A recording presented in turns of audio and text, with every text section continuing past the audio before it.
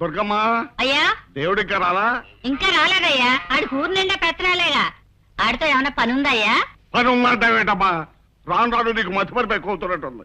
ఇవాళ పిలిచేటటువంటి పెళ్లికి ఈనాడు వెళ్ళదు కూడా వాడిని తీసుకెళ్దామని. తాతయ్య మతి మరపు ఎక్కువ అవుతుంది దుర్గమ్మకు కాదు నీకు. ఏమిటే? లేకపోతే దేవుడన్నయ్య ఏనాడైనా ఏ పెళ్లికైనా వచ్చాడా? నిజమేనే, నేనే మర్చిపోయాను. ఈ ఊళ్ళో మంచి అయినా చెడైనా పండగైనా పబ్బమైనా ముందుండి అన్ని భుజానేసుకుని చేస్తాడు. పెళ్ళైనా సరిగ్గా పారిపోతున్నాడు. వయసు వచ్చిన కొద్దీ మారతాడేమనుకుంటే ఈ విషయంలో వాడి మూర్ఖత్వం ఎక్కువవుతుందే తప్ప ఏమీ తగ్గడం లేదు.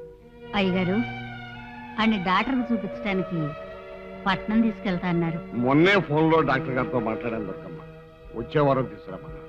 ఫోన్లేండి అయ్యా, భగవంతుడి దయ వల్ల ఆ డాక్టర్ బాబు వీడికి పెళ్లి మీద అయిష్టత పోయే మందిస్తే అంతకంటే కావాల్సింది ఏముందయ్యా. పిన్ని పిన్ని పట్నం వెళ్తున్నాను.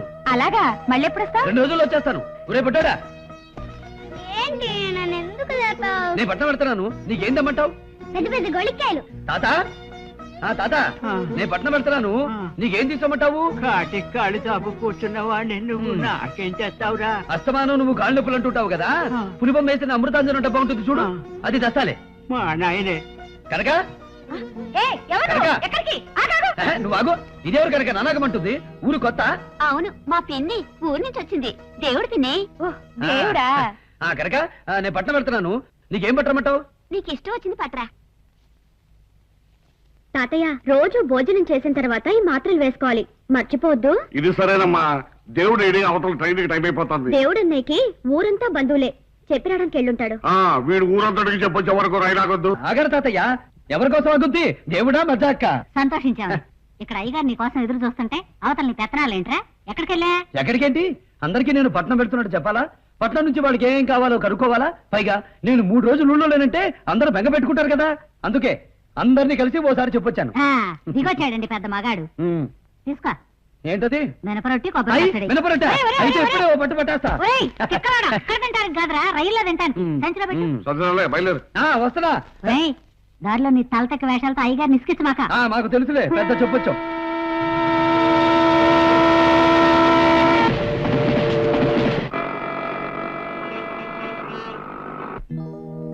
నమస్కారం రాయుడు. ఏం బాబురా బాగున్నావా? ఎలా ఉంది నీ వ్యాపారం? మిమ్మల్ని అందరినీ విడిచిపెట్టేసి పట్టణం వచ్చేసాననే బాధ తప్ప నా వ్యాపారానికి ఏముందండి. మీ దయ వల్ల 3 మైసూర్ బొండాలు 6 అరటికాయ బజ్జీలాగా బాగానే ఉందండి. అరటికాయ బజ్జీల సంగతి సరే గాని, మన ఊరు వచ్చినప్పుడు ఏం చెప్పావు?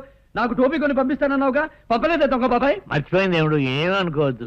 ఇప్పుడు అలాగే వచ్చేసావు కదా, టోపీ పెట్టే పంపిస్తారులే. పెడుతూ గానిలే గాని ముందు టిఫిన్ పెట్టించు, ఆఖరి సజ్జేస్తుంది. రే షాకే! నమస్కారం. ఏడు మానా బాగున్నా? బాబురావు, ఇతని బామ్మది శేఖర్ కాదు, మరి షాకు అని పిలుస్తావేంటి? ఏం చెప్పమంటారండి, వీడెలా షాకులు ఇచ్చి ఇచ్చి ఎప్పుడో నా గుండె ఆగిపోయేలా చేయడానికే వీడు షాకే జాన్ అని పేరు మార్చేసుకున్నాడు. వట్టి కర్రాడిపిచ్చాడు. ఏదో పోగులు కట్టిపెట్టి దేవుని లోపల తీసుకెళ్లి కావాల్సిన టిఫిన్ పెట్టింది. వెళ్ళు. రండి రాయుడు గారు, మీరు అలా కూర్చోండి. పర్వాలేదేమయ్యా. అయ్యా, ఏం మీరు పెట్టిన పిచ్చే కదా, మీరు అలా కుర్చీలో కూర్చుంటే నాకు తృప్తిగా ఉంటుంది. అలాగే మీరు అలా కూర్చొని చెప్తాను.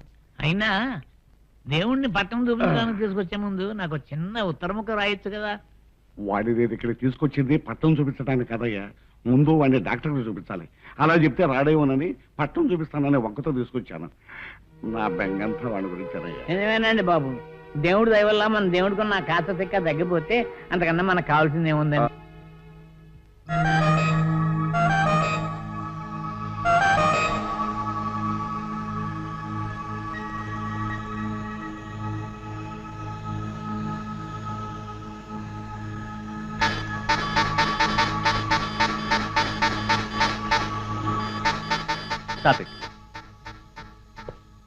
రాయుడు గారు, మీరు మధ్యాహ్నం మా ఇంటికి వచ్చి రిపోర్ట్స్ కలెక్ట్ చేసుకోండి.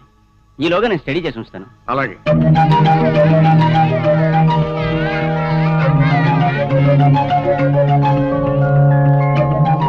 దేవుడు ఏడు కింద పడుకున్నా. ఇలా పడుకుని చూస్తే ఎంత బాగా కనపడుతుందో. దాదా నువ్వు కూడా పడుకుని చూడు. బుద్ధి లేకపోతే సరే. అమ్మో, ఎంతెంత పెద్దిళ్ళు కొండల్లా ఉన్నాయి. అవును తాతయ్య, ఇట్లా ఎంతమంది జనం పడతారు? మన ఊరు ఉంది కదా, అలాంటి ఊళ్ళు 2-3 కలిపితే ఎంతమంది జనం ఉంటారో అంతమంది పడతారు. వామ్మో, ఆ, వీటిని ఎలా కట్టారో నాకు అర్థమైపోయింది తాతయ్య. ఏమిటో నీకు అర్థమైపోయింది. ఎలాగంటారో చెప్పు. ముందు కింద పడుకోబెట్టి కట్టి తర్వాత నిలబెట్టారు గద్ద. అవును పద్ద. అది కూడా తెలీదు పెద్ద. ఏంటి తాతయ్య, డాక్టర్ గారి గది ఇంత చిన్నదా? ఇది డాక్టర్ గారు గది కదరా. ఉమ్. ఆయన పై అంతస్తులో ఉంటారు. దీన్ని లిఫ్ట్ అంటారు. దీనిలో ఎక్కితే ఇదే పై తీసుకెళ్తుంది. ఏంటి పైకి తీసుకెళ్తుందా? మరి విమానంలో రెక్కలేవేంటి? ఒరే నోరు మూసుకుని విసిగించుకో. ఏం తెలీదు పెద్ద. ఉమ్.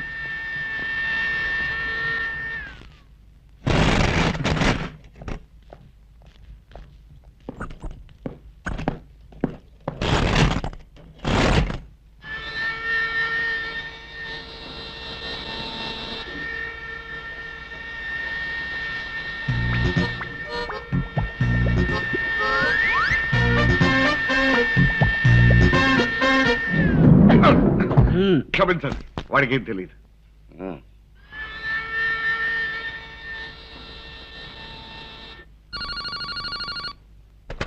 సార్ ఏంటి రోగం? అలాగే సార్. రాయుడు గారు ఎవరు? మా తాతయ్యే. నువ్వు ఉండరా, నేనే. డాక్టర్ గారు పిలుస్తున్నారు. నువ్వు రానక్కర్లేదు. నేను వచ్చే వరకు నువ్వు ఎక్కడికి వెళ్ళకుండా ఇక్కడే ఉండాలి. అర్థమైందా?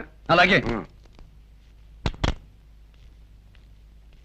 నమస్కారం రాయుడు గారు, రండి కూర్చోండి. ఆ, దేవుడి చిన్నప్పటి రిపోర్ట్స్ ఇప్పటివి కంపేర్ చేసి చూశాను. ఆ, చాలా ఇంప్రూవ్మెంట్ ఉంది.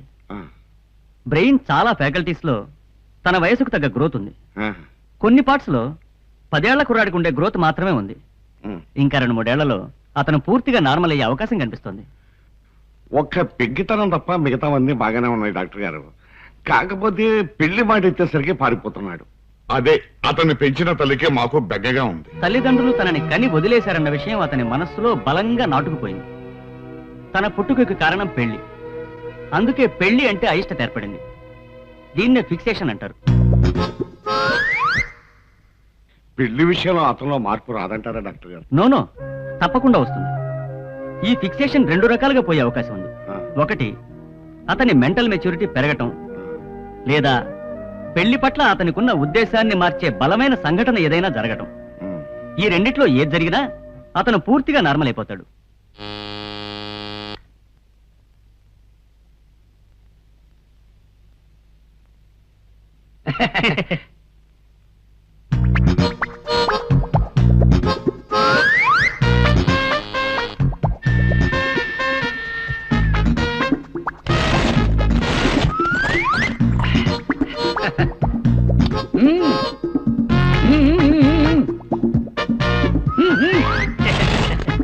Funny fellow.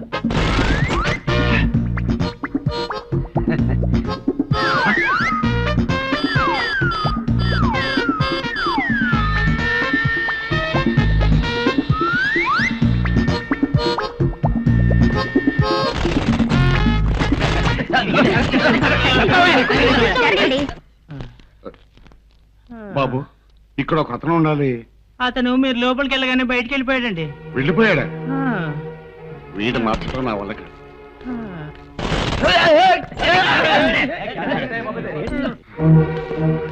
బాబు, గడచక్క దొడుకుని మొహం పెట్టుకున్న కుర్రాడు మీకు ఏమన్నా కనపడ్డా? కనపడలేదండి. కనపడలేదా? ఏంటో అన్ని గదులు ఒకేలా ఉన్నాయి. ఇందులో ఆ డాక్టర్ గారి గదేదో. ఇదే.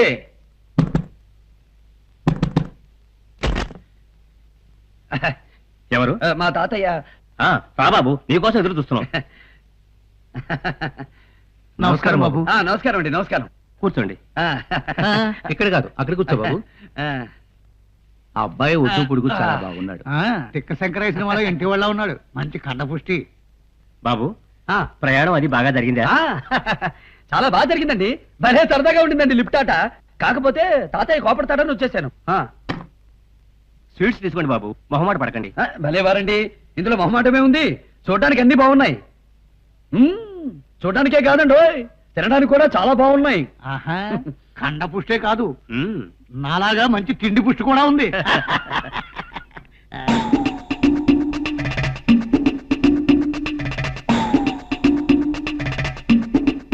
ఇదంటే మా తాతయ్యకి ఎంత ఇష్టమో. అవును, మా తాతయ్య ఏడి? ఈ పాటికి వచ్చేస్తుంటారు బాబు, మీరు తీసుకోండి. వాళ్ళ తాతయ్య వచ్చేలోపు దుర్ముహూర్తం వచ్చేస్తుందేమో. త్వరగా అమ్మాయిని చూపించేస్తే పోలా. మ్మ్. బాబు, అమ్మాయిని చూపించమంటారా?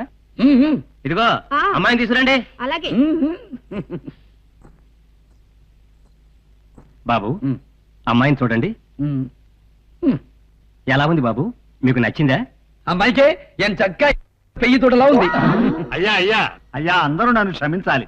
ట్రాఫిక్ జామ్ లో ఇరుక్కుని కాస్త ఆలస్యమైంది. మీరేం కంగారు పడకండి. దుర్ముహూర్తం రాకముందే మీ మనవడు అమ్మాయిని చూస్తాడు. నా మనవడు అమ్మాయిని చూడటం ఏంటండి? వాడు రావటానికి కుదరదని చెప్పడానికే కానీ వచ్చింది. మరైతే ఇతను మీ మనోడు కదా చిచి వీడు నా మనవడు ఏంటి? చిచ్చి వీడు నా తాత ఏంటి? మరి మా అమ్మాయిని చూసేశాడు ఓసి నీ అమ్మ కడుపు మాడా. నా మనవడు చూడాల్సిన పిల్లని నువ్వు చూస్తావా? కోసి నీ నాన్న కడుపు మాట కొట్టారంటే మొహం పచ్చడైపోయింది. రమ్మన్నారు వచ్చాను, తినమన్నారు తిన్నాను, చూడమన్నారు చూశాను. ఇందులో నా తప్పే ఉంది. ఇందులో నీ తప్పే లేదు. తప్పంతా మాదే. ముందు పెట్టినాడు. ఏయ్, మీద చెయ్యేసి మాట్లాడతావేంటి? కొట్టారంటే పొట్ట పగిలిపోద్ది. అయ్యి బాబాయ్ అంతమంది చేయకండి బాబు, పొరపాటు అయిపోయింది. తమరు దయచేయండి. అలా అన్నా బాగుంది. ఓరు నాయను వీడెక్కడ బండరాడు రా బాబు. ఏంటో ఈ పట్నం వాళ్ళు ఆడే రమ్మంటారు ఆడే పంపంటారు. తిక్కలోళ్ళని తిక్కలోళ్ళు. ఈ డాక్టర్ గారికి అదేది